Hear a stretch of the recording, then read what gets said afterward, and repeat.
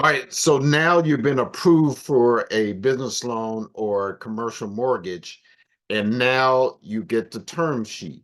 Now you want to review the term sheet, and there's three major things that you want to know and understand in that term sheet so that you could get the best rates, or making sure that this is exactly what you need as a business owner or a real estate investor. So number one is the loan terms and conditions you want to understand, and within there, there's three items within the loan terms and conditions, and that is we'll call it 1A is the interest rate.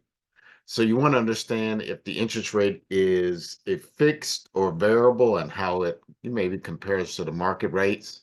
So like a fixed rate might provide predictability, or a variable rate might start lower but may increase over time. Like right now, as I'm putting this video together, um, because of the high inflation, interest rates really went up. And now the thought is that interest rates may go down. So maybe having a variable rate right now might be better.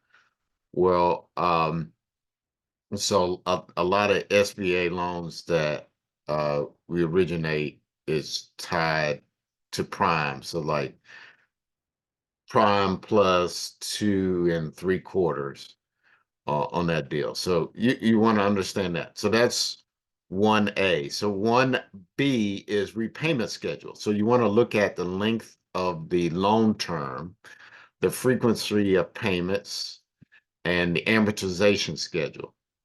So, and then maybe if there's any interest only periods, and what the repayment structure would look like over time.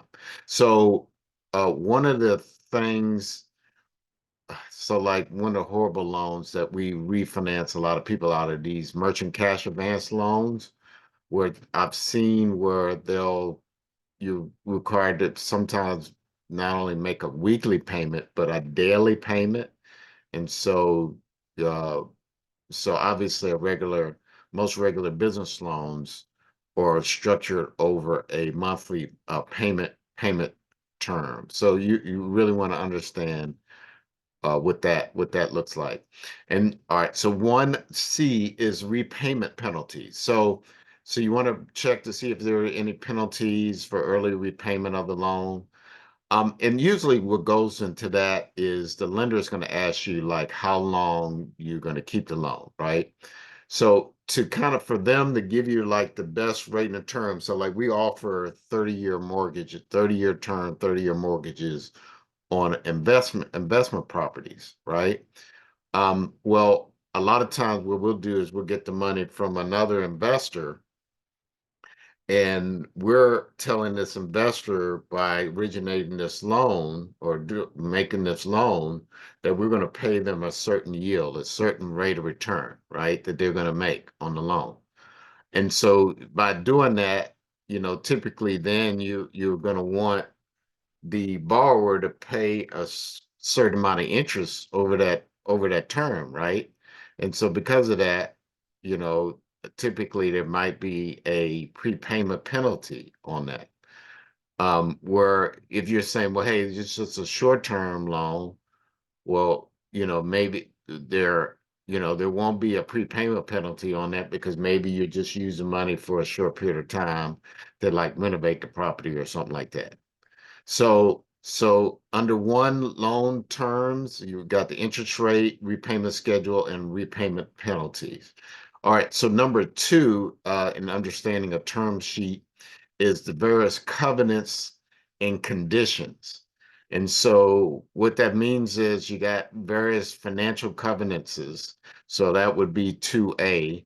And these conditions are set by the lender that you must adhere to. So like, for example, maintaining certain financial ratios like debt to equity ratios, debt to income ratios, that loan LTV, loan to value ratio, interest coverage ratios.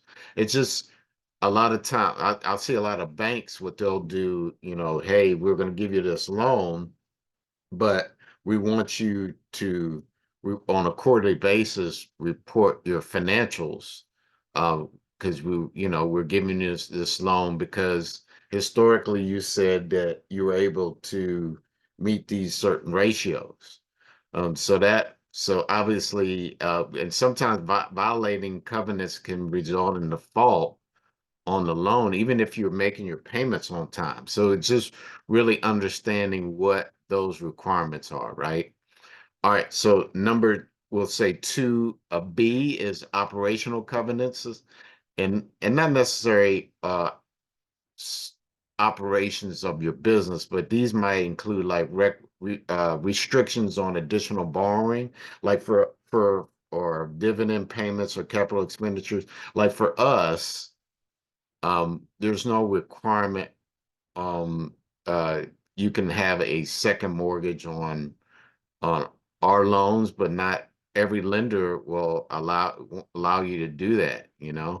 And so you got to understand how these covenants might limit your business operations and just growth strategies, how you doing your business.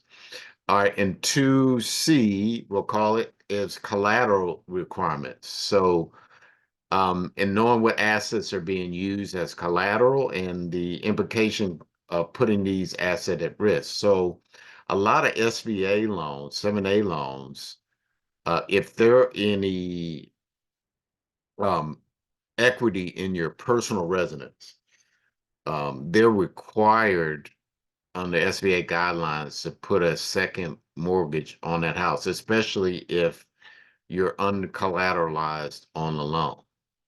Sometimes the SBA will have some liberties on no on if you're 100% collateralized on the loan. And so, but you will definitely want to ensure that you have clarity on what the lender's rights are to seize these assets in the event of a default, right? What are the requirements on that? All right, so the third of like understanding the term sheets is the fees and costs. So like these would be like upfront fees. These can include like application fees, origination fees, appraisal fees, legal fees. Yeah, these are costs that can add up on the overall cost of just borrowing the funds. And what I'll typically tell people is, because there's an appraisal, sometimes there's an attorney, there's like y- sometimes the loan has to be registered with like the state secretary of state. So I tell people that, especially if the loan is under $1 million or $500,000, I tell people, you may want to budget at least like 5% of the loan cost in closing a loan just from some of the fees, like on that. Like ongoing fees, that would be 3B. So you want to be aware of any ongoing costs like annual fees, servicing fees, or fees for late payments. You know, Usually that's the case, and these should be factored in your budget. But a lot of times, like a traditional line of credit from like a bank, usually there'll be like an annual fee. A lot of times with credit cards, there'll be like annual fee to keep that account open. Some people use it, some people don't use it, but they're setting aside those funds for you, so they're typically want to make at least a minimum amount on that account.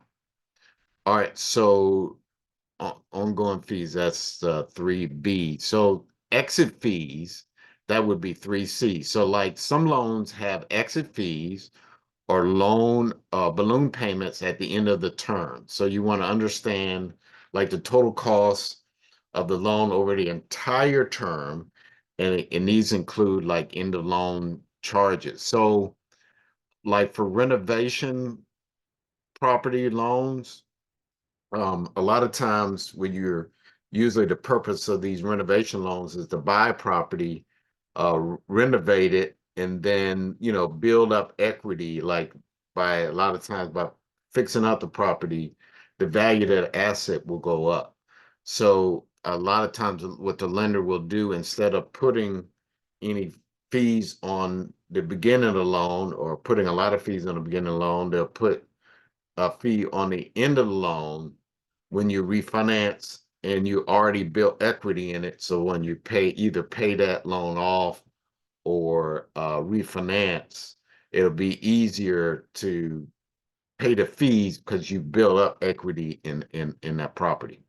All right, so real quickly, what if you don't want to get a loan, but you want access to capital?